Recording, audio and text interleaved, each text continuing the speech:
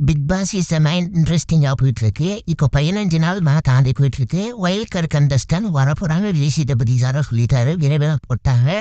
அதில் இப்போ யார் வரப்போகிறாங்க தான் இன்னைக்கு நம்ம பார்க்க போகிறோம். இதில் வரவங்க 90% வாய்ப்பு இருக்குது. இதில் வரப்போகிறவங்க ஒவ்வொரு கண்டஸ்டன் 100% வாய்ப்பு இருக்குது. ஃபஸ்ட்டு பார்க்க போகிறது பிரஜின். இவர் சின்ன தம்பி சீரியல் தான் நடிச்சிருப்பாரு. இவங்க ஹீரோனியா பாவனை நடிச்சிருப்பாங்க.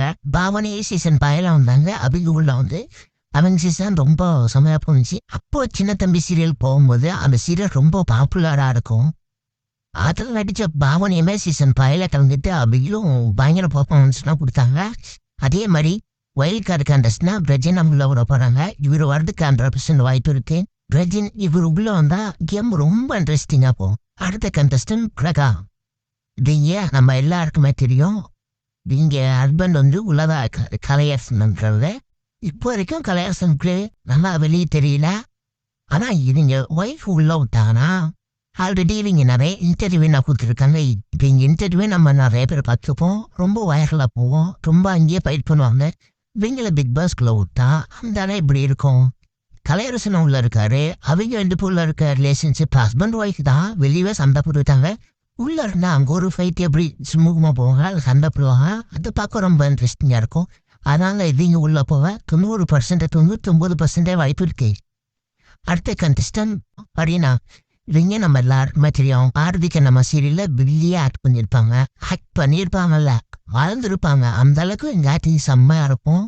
விஜய் டிவியில் சின்ன சின்ன சோழப்பெல்லாம் இருந்திருப்பாங்க.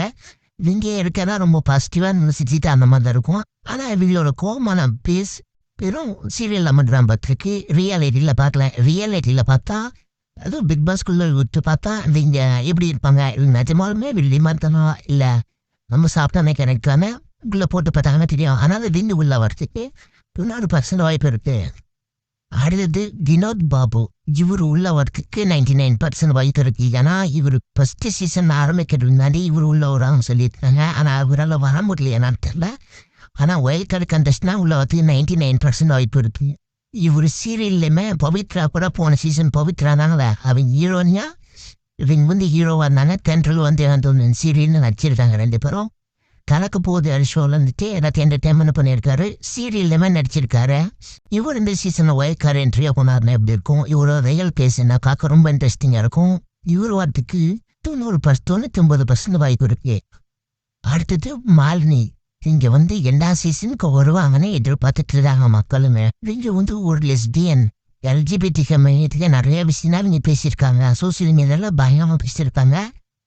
அந்த தாக்கமே ரொம்ப வைரலாக போயிருக்கு. இவங்க உள்ள வந்தாங்கன்னா அந்த இடம் எப்படி இருக்கும். இந்த அப்சரா அவங்க வந்து வெளியே போயிட்டாங்க.